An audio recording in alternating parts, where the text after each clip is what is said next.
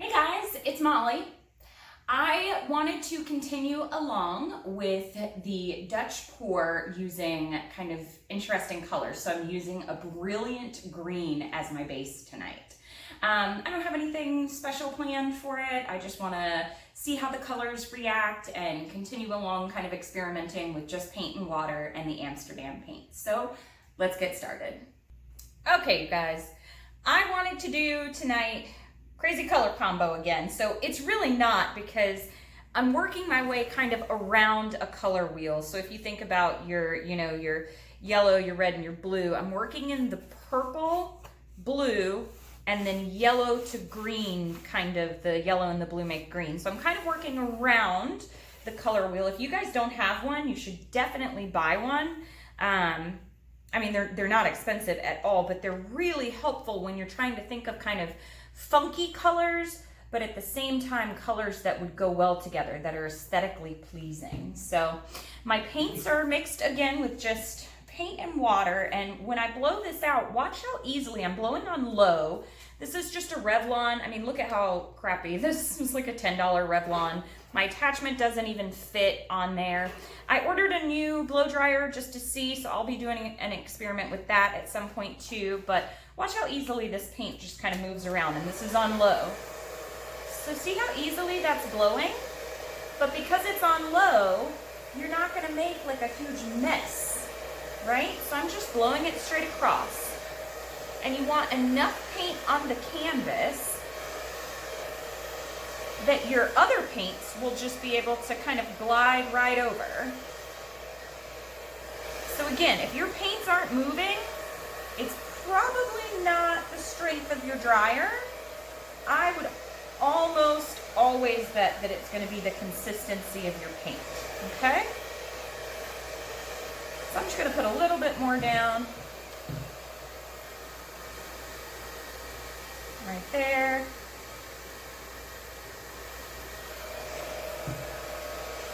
So yeah, if you guys are still having a rough time with the Dutch pour, consistency plays a huge part in that. Okay, so I've already painted my sides like I normally do when I'm working with thin paints.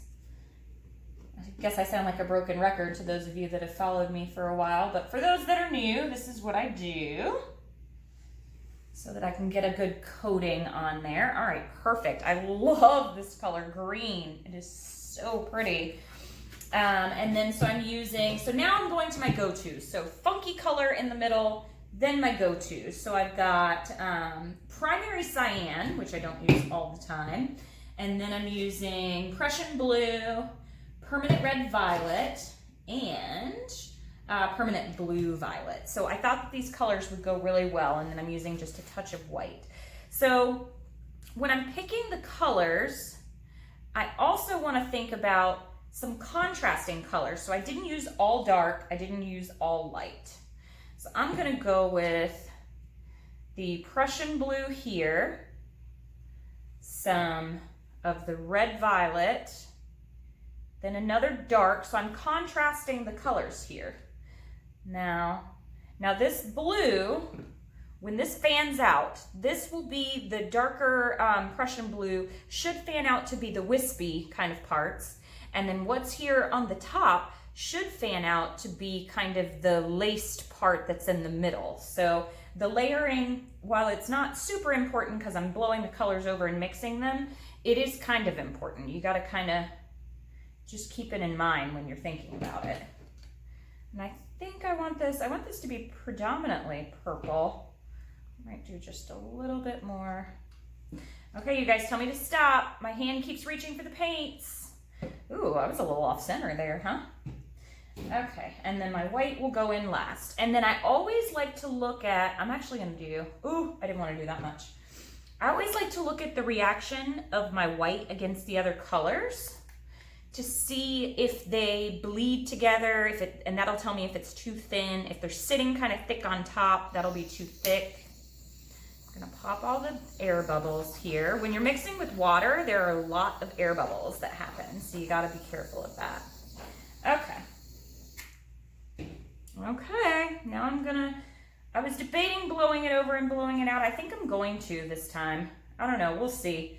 Because normally I just do the white that way, but I don't know. Experiment, see what happens. And you guys let me know, what weird bases or color combos have you done? I've been doing some kind of funky ones lately, but these kind of remind me of peacock colors in here.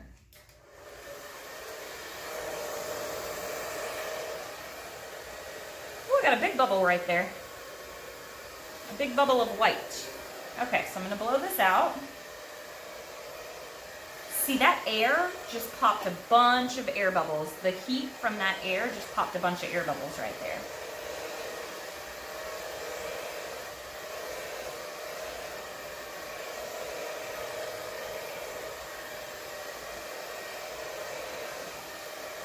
What I'm doing now is just getting the paint off the canvas. See how free flowing it is? Probably had too much paint on there. Okay, so now I see one little blob right here. Try to get that out. So now I'm gonna torch this and see what comes up. Now again, I didn't use any different brands than Amsterdam, and I didn't use any metallics. So my cells, what I'm learning, are gonna come from me torching on this, but I actually kind of like it. I kind of like it. So now, here come all my cells, I think. You don't want to torch too much here. I have a lot of white in the center. I might have to blow a little bit of that. You don't want to torch too much there because you'll burn the paint and then your paint will crack, and you don't want that either.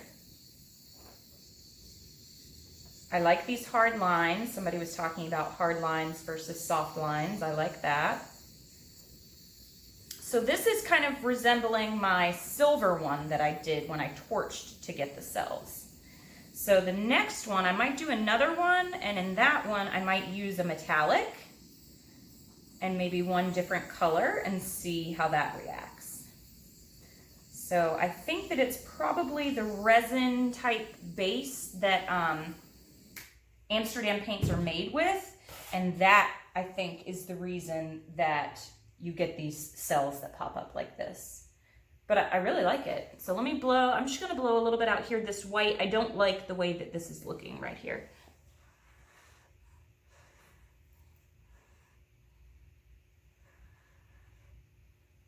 Looks a little more, I'm gonna blow some of these cells and see if I can stretch them out a little bit.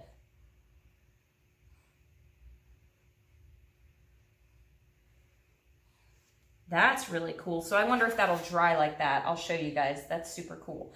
I put too much white down for my liking in the center. I don't know if I'm gonna blow any more over it because I can start to see the canvas under here. I might put just a little bit more. What color do I want? What color do I want, guys? Quick, you gotta pick. Okay, so I think I'm gonna do just a little bit of, I think I might just do one layer of each of them. See, if you don't like it, you just blow it on over again. So I am definitely believing now that it's going to take mixtures of paints to get that lacing reaction. And I might do another one next week. Exact same colors, exact same layout, but I might swap out one of the colors, either add a metallic or swap out one of the colors similar but in a different brand.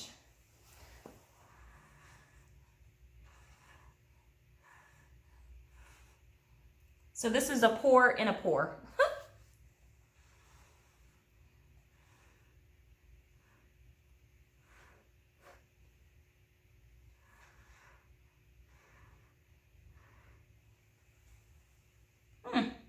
This is kind of cool. It's giving like a lot of depth in there. You know what I really feel like it needs is some of the actual green back in there again. What do you guys think?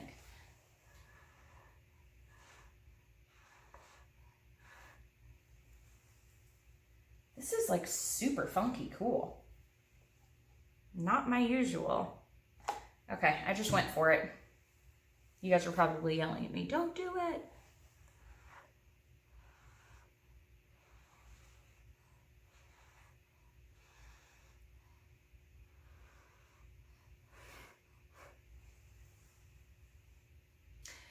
yeah, for composition wise, I feel like it needed that green brought back into it again.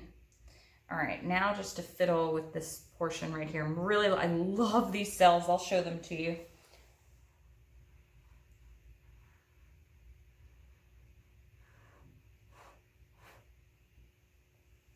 Oh, those are so cool. I like this part right here. I like this fanned out part over here. This part right here. I gotta decide what I want to do with it.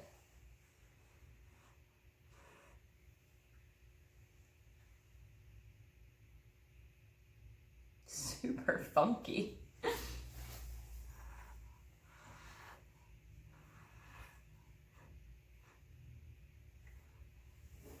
Yeah, there's a lot of paint that's up under there. I don't know, you guys. It definitely doesn't look like a Dutch pour, but it doesn't have to look like a Dutch pour. All right, I may fiddle for another second and then I'll show you what I come up with. Okay, you guys, totally not a Dutch pour. Still really like it. I fiddled around, I brushed these off the side, I poured some more green on, blew that out a little bit, blew in and out the center. This is where, let me find it, where is it? This over here is where I blew out, look at those cells right there. I blew those out. God, these colors are amazing, but look at that. So I blew them out some to stretch them. And look at those. Would you just look at it? Gorgeous. So I'm going to do this again, and I am going to use a couple different colors, not put as much white directly in the center. Yeah, and I think that's it. I think I'll use the same colors for everything else. Well, I hope you guys liked it. I'll show you the dried result. And I'll see you back in a little bit. All right, guys, my lighting is not the best here today, but I think this looks pretty cool. Totally different. It was kind of started as a Dutch pour, and then I put another pour over top of it. And like I said, these were all, I mean, it still looks really cool. I really like the bright green color, the brilliant green. There's where I blew some of those cells out, and they dried exactly the same, basically. But here's another, you know, if you don't want cells, just use all the same brand of paint. And these were thin and they didn't create very many cells. So I'm still learning, experimenting, but man, those colors, it's really cool. It's kind of funky. It's not my usual at all, but I really like it. So there you go. I'm gonna give it another try and add some different brands in there to see if I can create any cells. And I think I'm gonna do the same green background. So we will see how that one turns out. Thank you guys for watching. Happy painting. Bye.